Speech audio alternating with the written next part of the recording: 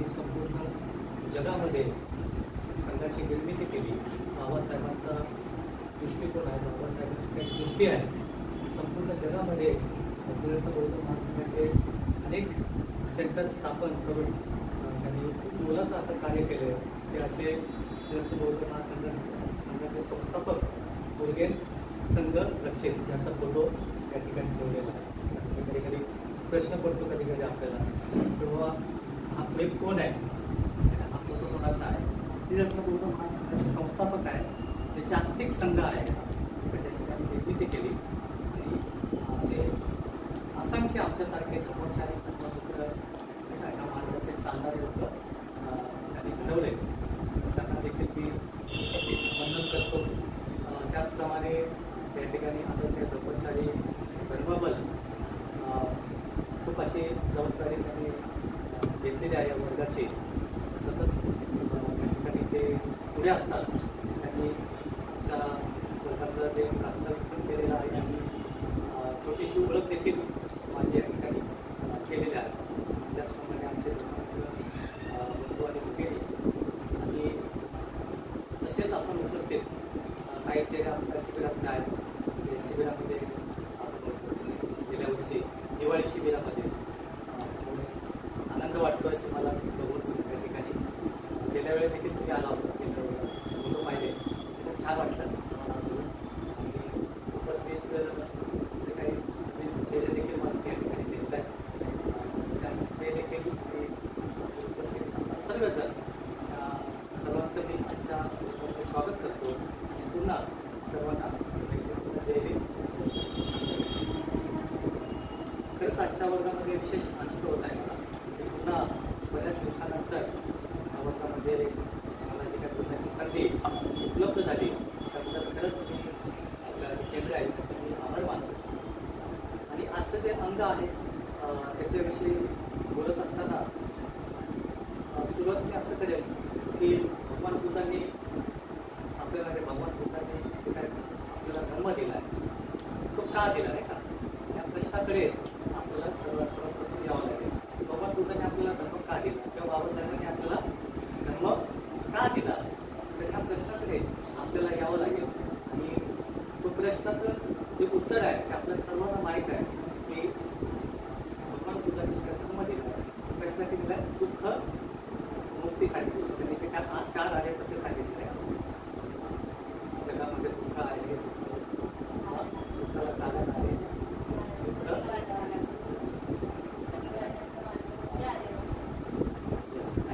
म्हणजे दुःख मुक्तीसाठी आपल्याला भगवान बुद्धांनी संपूर्ण जगाला हा धर्म दिला. आणि बाबासाहेबांनी देखील त्यासाठीच आपल्याला धर्म दिला. आपण शोषित होतो, आपण पीडित होतो, दुःखामध्ये होतो आणि त्या दुःखामध्ये त्यांना जाणवलं की फक्त आरक्षण, शिक्षण किंवा जाती निर्मूलन करूनच हा प्रश्न सुटणार नाही. तर हा प्रश्न कशातून सुटणार आहे, तर जो धर्म आहे, दुःखमुक्तीचा धर्म आहे, तो जर मार्ग सापडला तर मात्र आपल्या जो समाज आहे, माझा जो बांधव आहे, त्याचं काय होणार आहे, मुक्ती होणार आहे. खऱ्या अर्थाने ते सुखी होणार आहे. आणि हे एकमेव कारण की धर्माचा उद्देशाचा हे आपलं ध्येय आहे नाही का, हे आपलं दुःखमुक्ती हे आपलं ध्येय आहे. तर आपल्याला हे कळलं पाहिजे की ते दुःखी कशामुळे आहे. आपल्याला हे कळलं पाहिजे की मी दुःखी कशामुळे आहे, दुःखाला कारण काय आहे ना. जसं तुम्हाला 4 आर्य सत्याने सांगितले, दुःखाला कारण काय, तृष्णा आहे ना. दुःखाला कारण काय, तृष्णा आहे. आणि तृष्णा म्हणजे काय आपल्याला माहीत आहे. तृष्णा म्हणजे काय, क्रोध, द्वेष आणि अज्ञान. हे जे काही 3 विषय आहेत, त्या 3 विषयामुळे आपण काय असतो, तृष्णेमध्ये जातो. आणि तृष्णेमुळे आपण काय होतो, दुःखी होतो. आपल्याला माहिती आहे की बाबासाहेबांचे अनेक ग्रंथ जर वाचले तर बाबासाहेबांचं लिखाण एक संशोधन होतं. बाबासाहेबांचं लिखाण एक त्याच्यामध्ये प्रज्ञा होती, शोध होता. आपण जर पाहिलेलं तर दुःखाचं मूळ बाबासाहेबांनी दाखवलेलं आहे. आणि भगवान बुद्धांचं देखील आपण जर पाहिलं तर अनेक जर आपण उपदेश वाचले किंवा अनेक त्यांनी दुःखातून बाहेर काढलं तर आपल्याला कळेल की तिथे त्यांनी काय सांगितलं. बाबासाहेबांचा आपण विचार करतो, बाबासाहेबांच्या अनेक ग्रंथ वाचा तर बाबासाहेबांनी काय मूळ शोधलेलं आहे, तर सर्वात दुःखाचं मूळ बाबासाहेबांनी शोधलेलं आहे म्हणजे दुःखाला तृष्णा आहे, बरोबर आहे. पण तृष्णा कशामुळे आहे?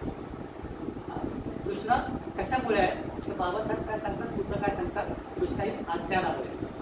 कशामुळे आहे? अज्ञान आहे. आणि अज्ञान असल्यामुळे आपण तृष्णेमध्ये अडकतो आणि आपण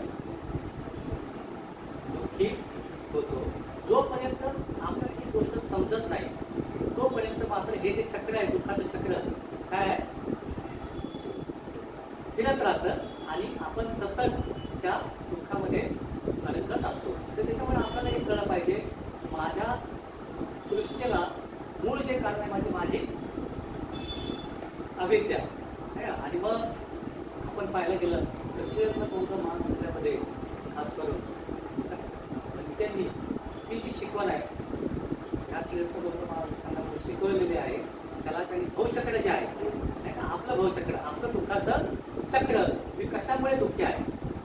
आणि मग आपल्याला पाहायला गेलं तर नाही का, पहिला अविद्या आहे, अविद्येतून मग संस्कार आहे, अविद्या आहे म्हणून त्यामुळे संस्कार आहे, आणि संस्कार आहे म्हणून काय आहे, विज्ञान आहे.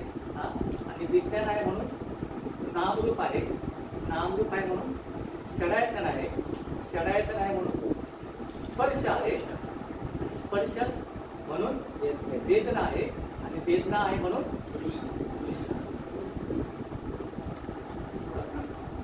आणि मग ह्या सगळ्या गोष्टी वेदनेतून मग वेदना तृष्णा आहे, आणि मग तृष्णेतून पुन्हा तीच गोष्ट आपण अनुभवत असतो आणि पुन्हा आपण दुःखाच्या चक्रामध्ये जात असतो. म्हणजे आपल्याला कळलं पाहिजे की जी अविद्या आहे, अविद्या म्हणजे काय, अविद्या म्हणजे काय, अज्ञान आहे का नाही. अविद्या म्हणजे काय, अज्ञान.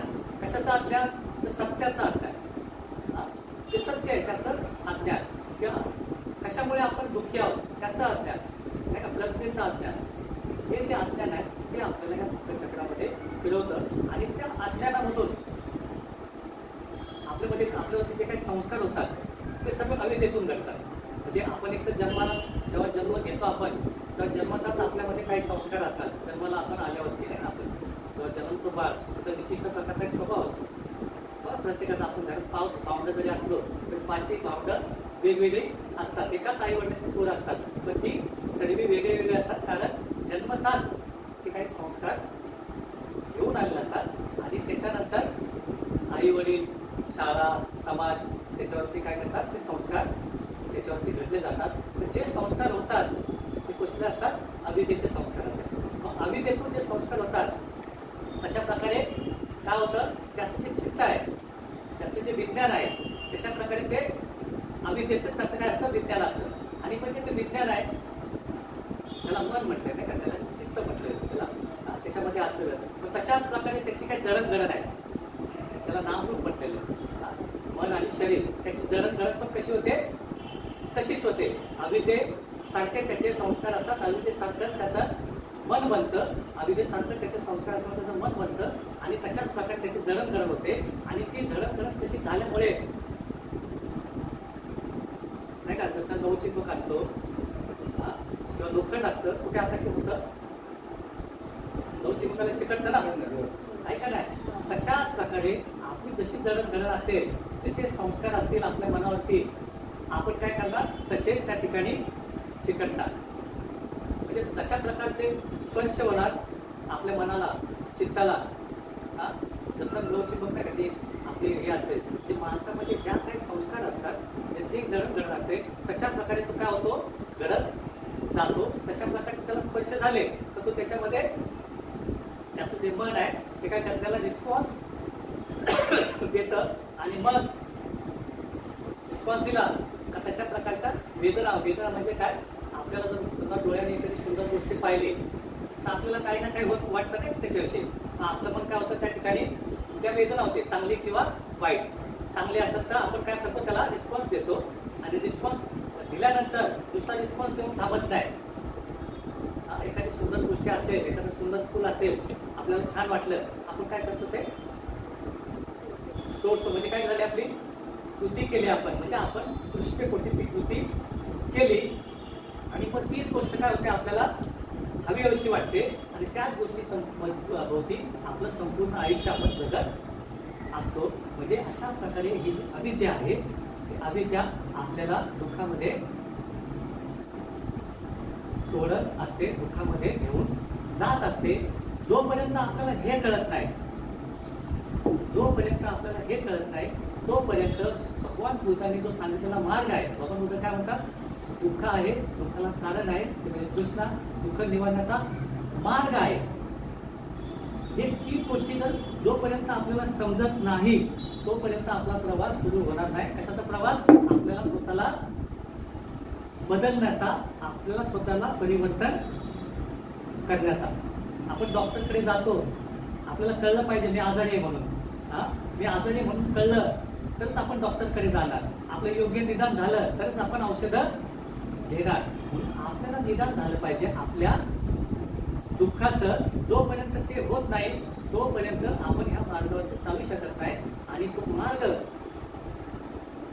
भगवान बुद्धांनी जो सांगितलेला तो मार्ग आहे तो म्हणजे काय? शील, समाधी आणि प्रज्ञेचा मार्ग. त्या मार्गातून आपण दुःखमुक्त होऊ शकतो. मग कधी?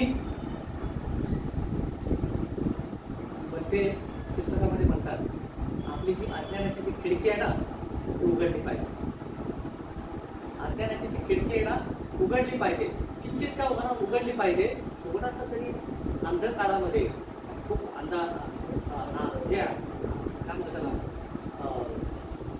प्रकाश नाहीये, अंधार आहे, पण त्याच्यामध्ये थोडासा जरी प्रकाश पडला तर बघा आपल्याला काय होतं, त्या घरामध्ये प्रकाश निर्माण होतो. मोठ्या लाईटीची गरज नाही, थोडा जरी प्रकाश निर्माण झाला थोडा देखील प्रकाश तिथे निर्माण होणं गरजेचं आहे. जर तो प्रकाश निर्माण झाला तर खऱ्या अर्थाने आपण मग ठरवू शकतो की नाही आता मला हा मार्ग कळाला आहे की हा मार्ग मला दुःखमुक्तीकडे नेऊ शकतो. आणि तो मार्ग म्हणजे शील, समाधी आणि प्रज्ञा. आणि त्याला दुसऱ्या भाषेमध्ये म्हणतात सप्तबोधांगे. सप्तबोधांगे हा दुसरा तिसरं काय नसून शील, समाधी आणि प्रज्ञेचा मार्ग आहे. हे आपल्याला लक्षात घेतलं पाहिजे. आणि ते कसं ते मी तुम्हाला सुरुवातीला थोडंसं सांगतो. तर शिलामध्ये आता सप्तबोधांगेमध्ये 7 अंग आहेत. सप्तबोधांगेमध्ये 7 अंग आहेत. स्मृती, धम्मविचय, वीर्य, प्रीती, प्रसक्ती, समाधी आणि उपेक्षा. ही 7 अंग आहेत. तर त्यातली पहिली जी 2 अंग आहेत स्मृती आणि धम्मविचय, स्मृती आणि धम्मविचय हे शिलामध्ये मोडतात. स्मृती आणि धम्मविचय हे शिलामध्ये मोडतात. त्यानंतरची जी काही 4 अंग आहेत ती 4 अंग समाधीमध्ये मोडतात. म्हणजे ते कोणती? वीर्य, प्रीती, प्रसक्ती आणि समाधी हे समाधीमध्ये मोडतात. आणि शेवटचं जे अंग आहे 7वं उपेक्षा ते प्रज्ञेमध्ये मोडतात. अशा पद्धतीने शील, समाधी आणि प्रज्ञा आपण जो आता सप्तबोधांचा अभ्यास करतोय किंवा आचरणाचा जो काय मार्ग आहे तो दुसरा तिसरा कोणता नसून कोणता आहे? शील, समाधी आणि प्रज्ञेचा तो मार्ग आहे. कोणती शिकवण घ्या तुम्ही भगवान बुद्धांची, कोणती शिकवण असू दे, ह्या 3 गोष्टीमध्येच मोडतात.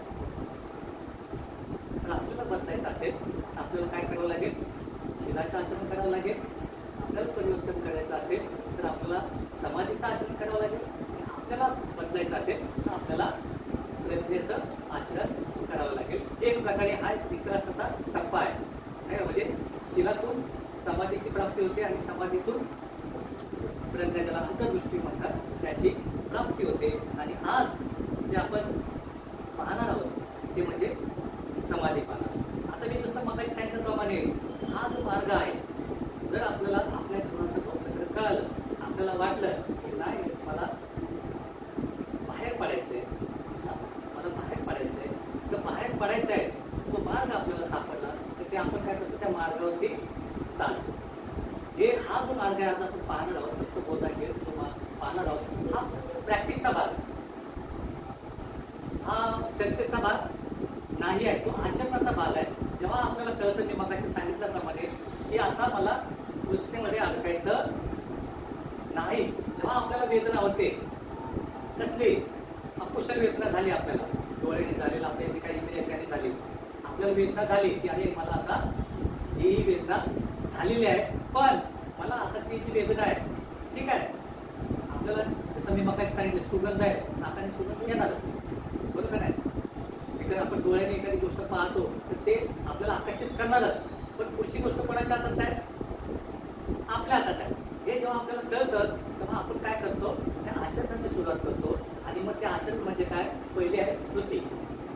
त्यामुळे सप्तबोधकाची आपण काय करतो? स्मृतिमान करतो, जागृती ठेवतो. प्रत्येक गोष्टी आपण काय करतो? स्मृतीपूर्वक वागण्याचा प्रयत्न करतो.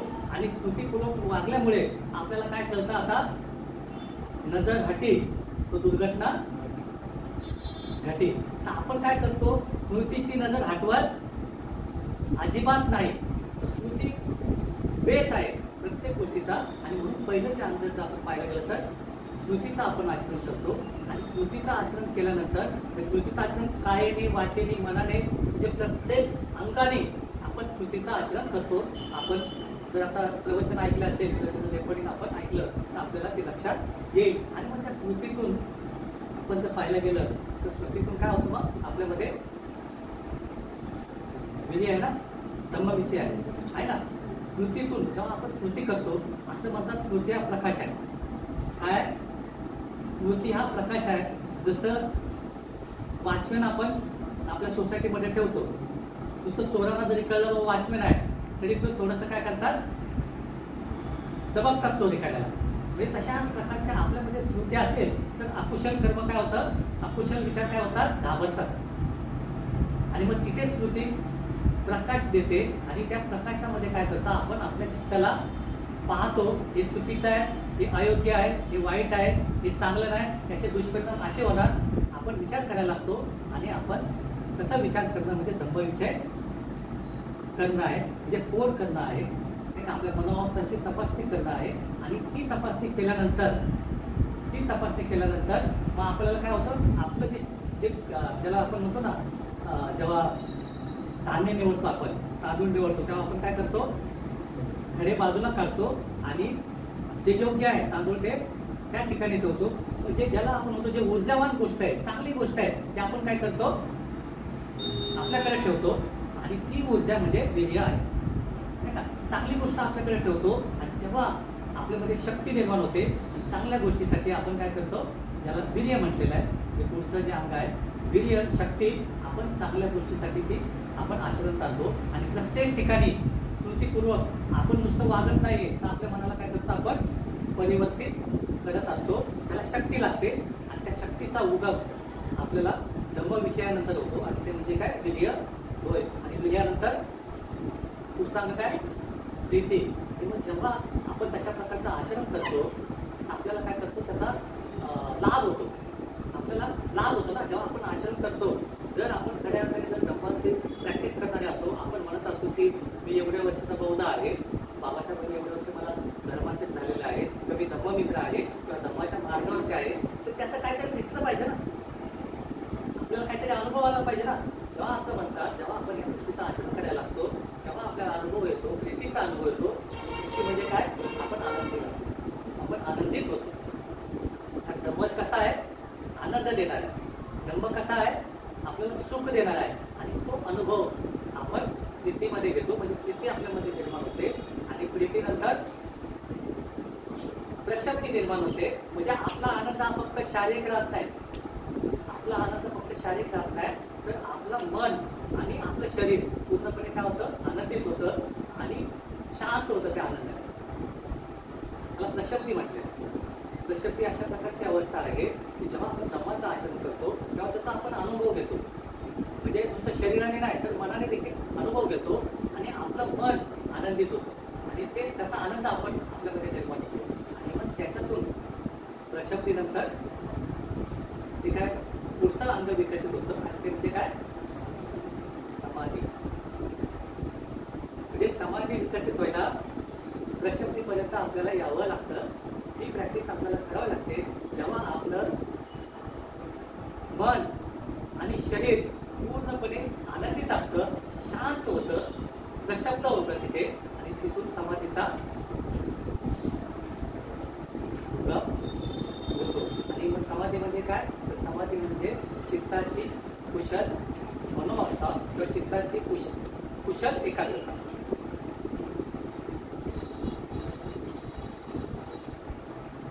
जसं मगाशी म्हटल्याप्रमाणे हे जे आचरण आहे हे फक्त बोलण्यापुरतं नाही आहे, ते कसं आहे, हा कृती करण्यासारखं आहे.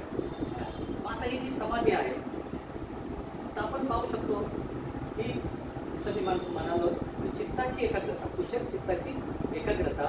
तर भगवान बुद्धांच्या काळातील एक उदाहरण आहे की भगवान बुद्ध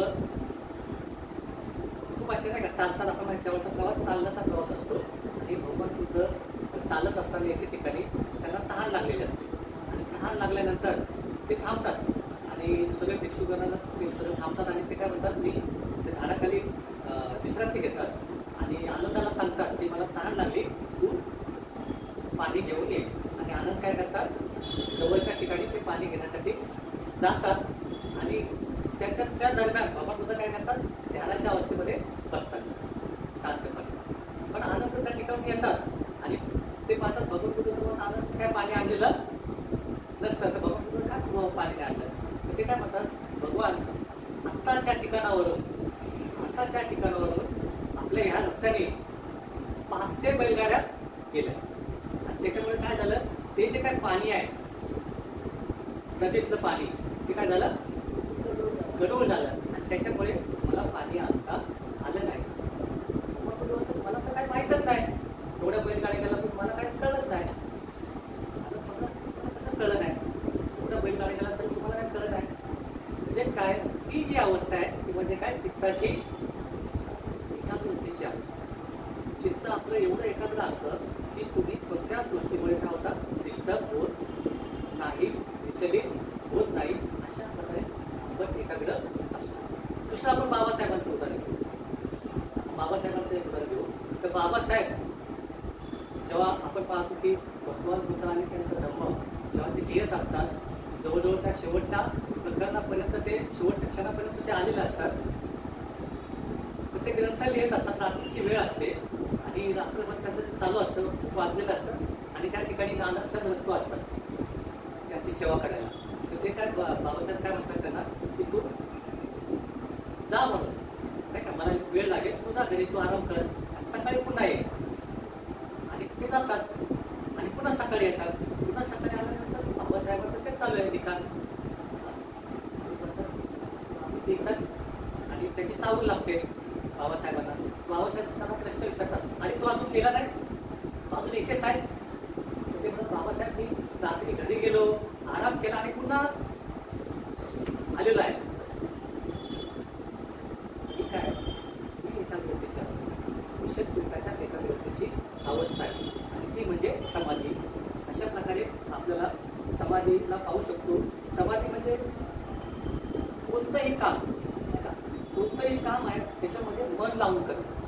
समाधी म्हणजे काय, कोणतंही काम म्हणजे कोणतं, त्याला कुशल चित्ताची एकाग्रता म्हणतात. काय म्हटलंय, कुशल चित्ताची एकाग्रता म्हणजे कोणतंही कुशल काम त्याच्यामध्ये आपण काय केलं पाहिजे, मन लावून करणं म्हणजे समाधी आहे.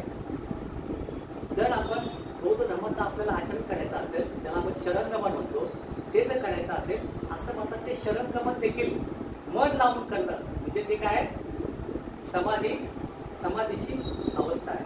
एवढंच नव्हे तर जे आपल्याला शील आहे, आपण पंचशील बोलतो, ते पंचशीलाचं आचरण मन लावून करणं म्हणजे ती काय आहे, समाधी आहे.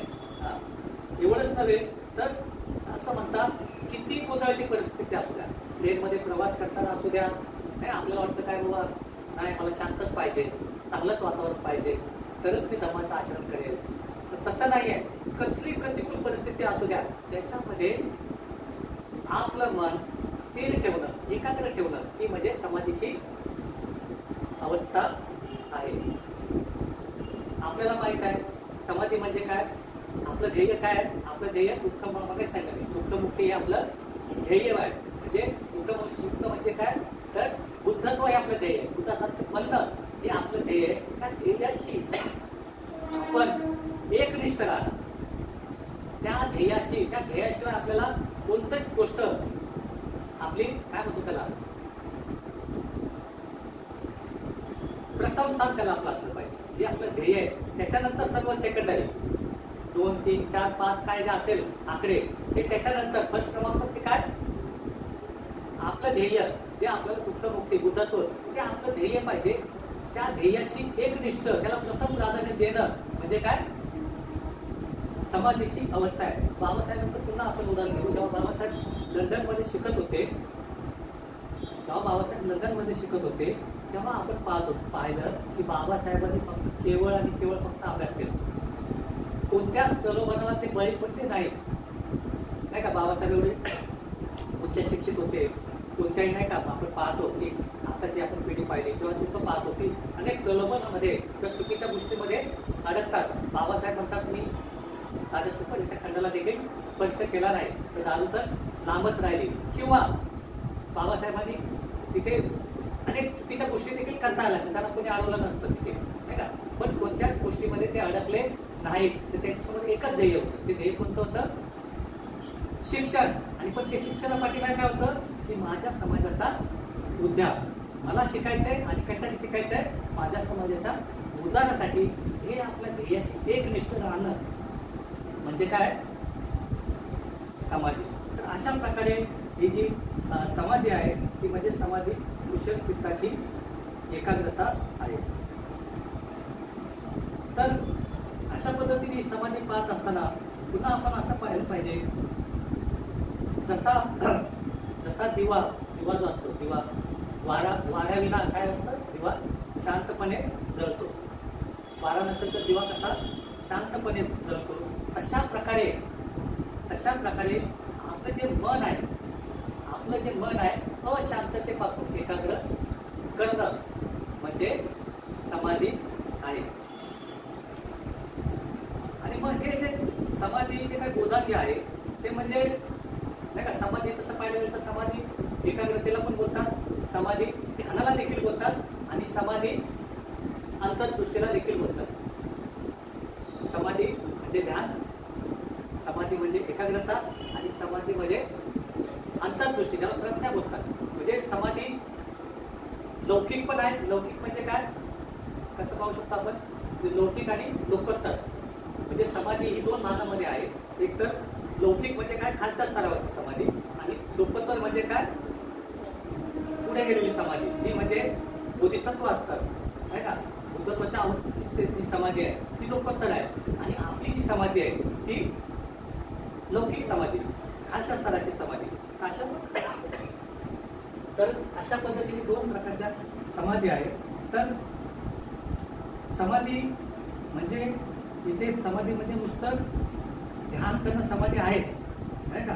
पण समाधी म्हणजे काय की प्रत्येक क्षणी, जसं बघायचं सांगितल्याप्रमाणे, प्रत्येक क्षणी आपल्या मनाची जागृती, प्रत्येक क्षणी आपल्या मनाला स्थिर ठेवणं, तशा प्रकारचा विकास करणं म्हणजे समाधीची अवस्था आहे.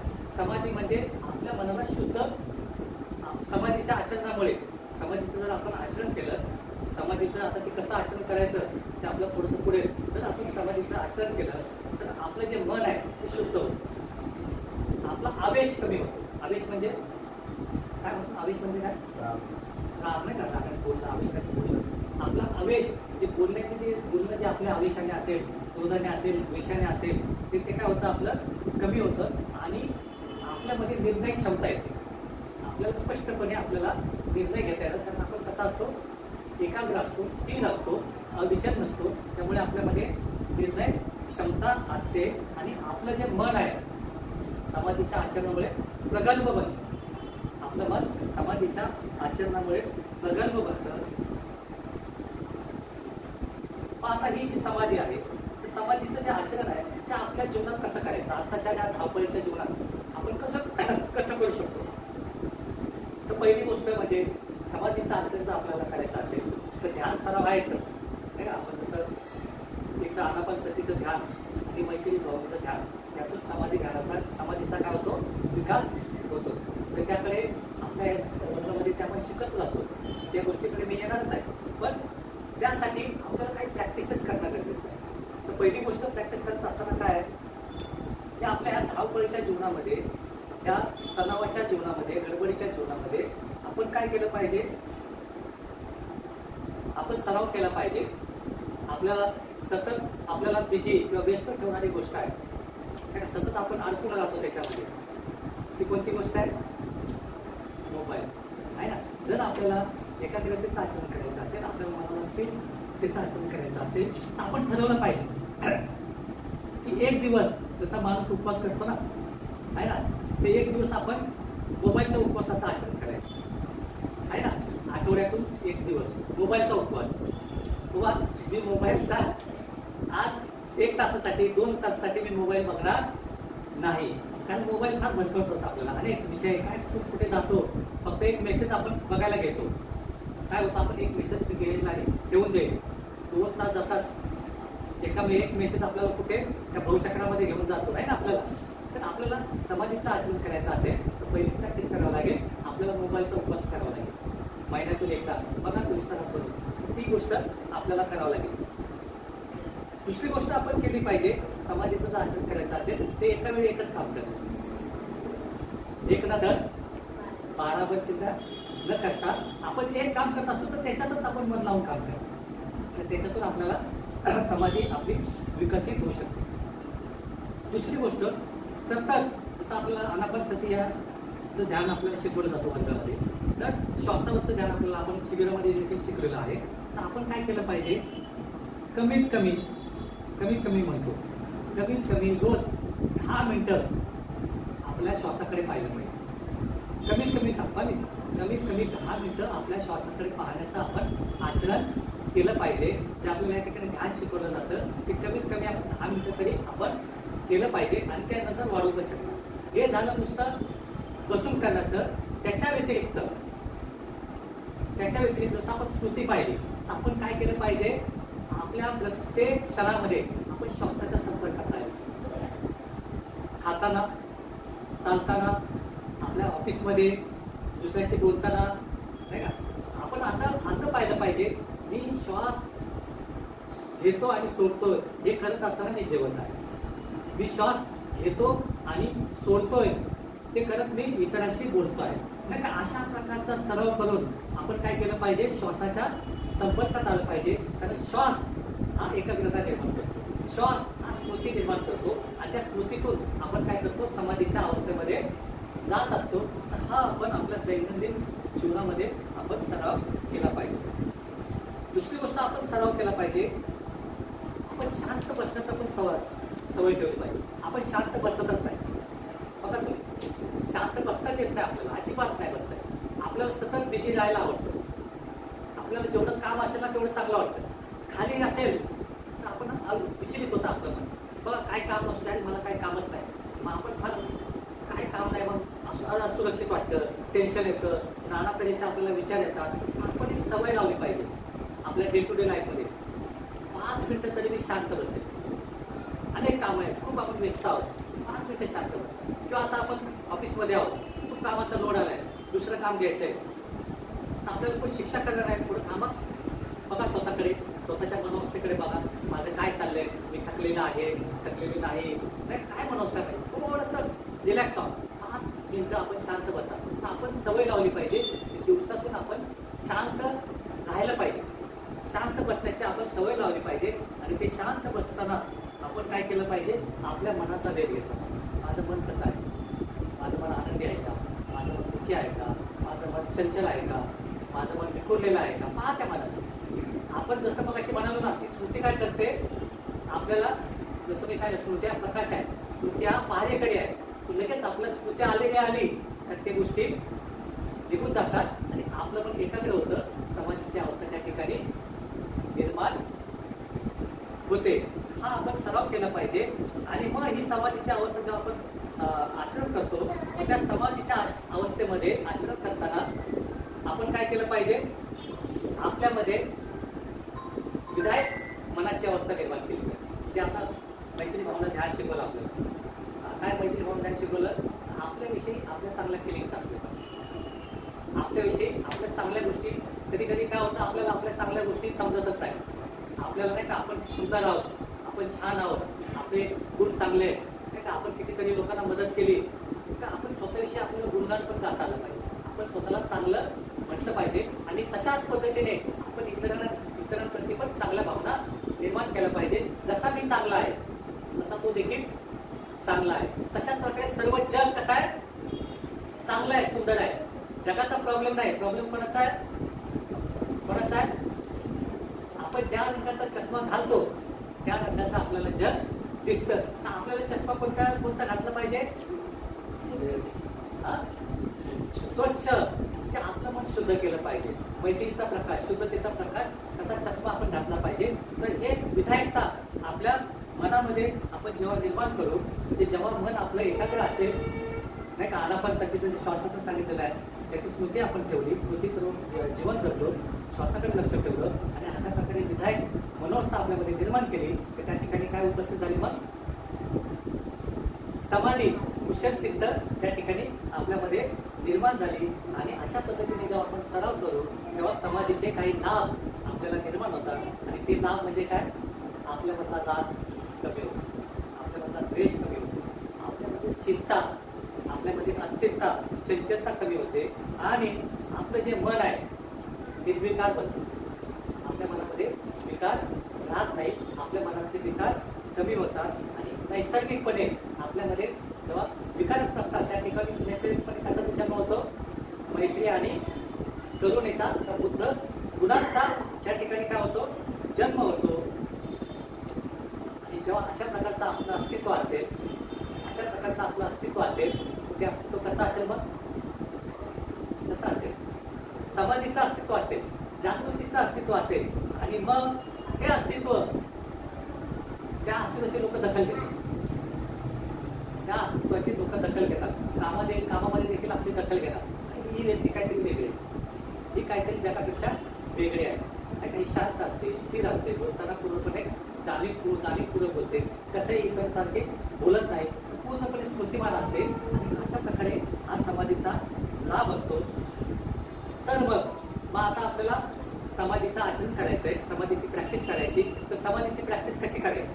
तर जसं मागाशी सांगितल्याप्रमाणे रोज आपण कमीत कमी 10 मिनिटं ध्यान करायचं, 10 मिनिटं ध्यानाचा सराव करायचा. आनापानसती ध्यान या वर्गामध्ये घेतलं जातं.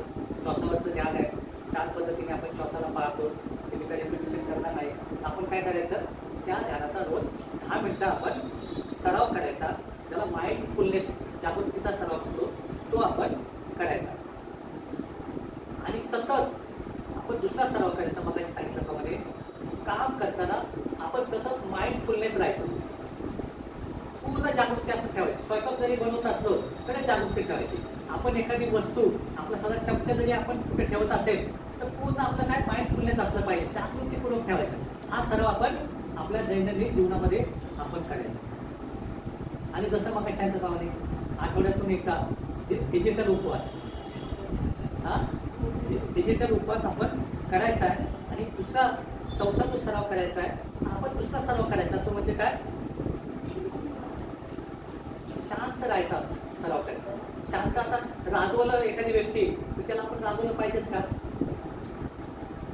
पत्नी रागवली, आपण त्याला प्रत्युत्तर दिलंच पाहिजे का?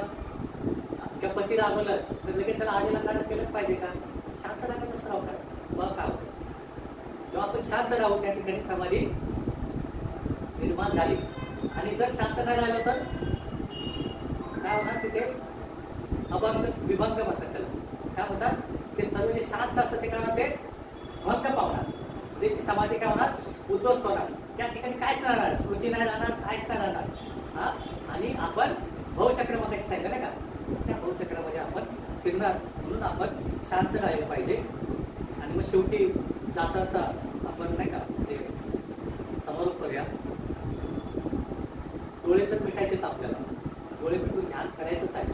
बरोबर नाही? डोळे टाकता आपले डोळे खूप काम करत असतात. असं म्हणतात सर्वात जास्त जे म्हणजे काम करणारं कोणतं येतं? डोळे असं म्हणतात. म्हणजे डोळ्यामधून शक्ती खूप जाते. तर डोळे मिटून आपल्याला ध्यान करायचंच आहे. पण ते कशासाठी करायचं आहे? डोळे तर मिटायचेच आहे, पण कशाला जागृत करायचं आहे आपल्याला? आपल्या मनाला जागृत करायचं, आपल्यामध्ये स्मृतीला जागृत करायचं, आपल्यामध्ये समाधीला आपल्याला जागृत करायचं आहे. आणि जेव्हा आपण हा सराव करू तेव्हा खऱ्या अर्थाने आपल्या जीवनात शांती निर्माण होईल, आपल्या जीवनात आपलं मन शुद्ध होईल. आणि आपण हे जे काय तृष्ट आहे त्या तृष्टेपासून मुक्त होण्याच्या मार्गाकडे आपण जाऊ, ज्याला उपेक्षा म्हटलेलं आहे. तर उपेक्षेच्या अंगाकडे जाऊ आणि त्या उपेक्षेच्या अंगाने आपण बुद्धत्वाकडे जाऊ शकतो, तर आपण काय केलं पाहिजे? मग आजपासून आपण ठरवलं पाहिजे, आजपासून मी हा सराव करण्याचा प्रयत्न करेन आणि खऱ्या अर्थाने माझं जे ध्येय आहे दुःखमुक्तीचं, त्याच्याकडे मी प्रवास करेन. अशा प्रकारे बंधू आणि भगिनींनो, बाकीच्या काय गोष्टी आहेत समाधीच्या, त्या खूप वरच्या गोष्टी आहेत नाही का, त्या घेतल्या तर त्या खूप आपल्याला अधिक सखोल आपण जाऊ शकतो. पण ते न घेता त्या ठिकाणी मला वाटतं हीच गोष्ट फार महत्त्वाची मला वाटते. आपण समाधीचा आचरण करूया नाही का, त्याच्यातून आपल्यामध्ये मैत्री आणि करुणा निर्माण होईल आणि आपल्या जीवनामध्ये सुख आणि आनंद निर्माण होईल. आपल्या जीवनामध्ये चिंता अस्थिरता निघून जाईल. तर मी आपल्याला शुभेच्छा देतो आजच्या वर्गाला, की आपण आचरण कराल आणि आपलं जीवन सुखी आहे.